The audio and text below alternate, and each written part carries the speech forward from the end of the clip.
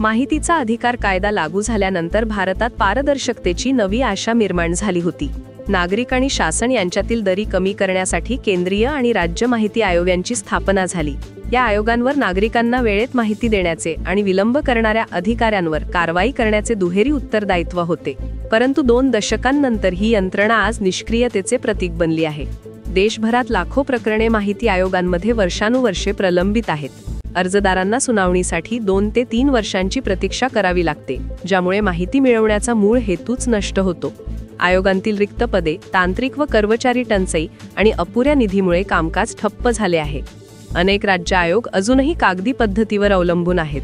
Digital प्रणाली केवळ नावापुरती आहे। त्याहून चिंताजनक बाब म्हणजे काही आयुक्तांची मानसिकता प्रशासन संरक्षक अशी आहे। नागरिकांच्या हिताऐवजी अधिकाऱ्यांचे संरक्षण करण्याकडे झुकलेले निर्णय दिसतात। दंडात्मक कारवाईची तरतूद असूनही ती क्वचितच अंमलात आणली जाते।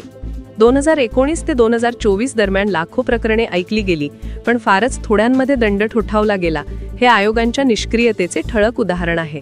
यामुळे नागरिकांचा विश्वास डळमळीत झाला। आरटीआय कार्यकर्त्यांना आयोगाची प्रक्रिया न्यायालयासारखी क्लिष्ट आणि वेळखाऊ वाटू लागली। परिणामी सामान्य नागरिक शासनाला प्रश्न विचारण्याऐवजी निराशेने गप्प राहतो।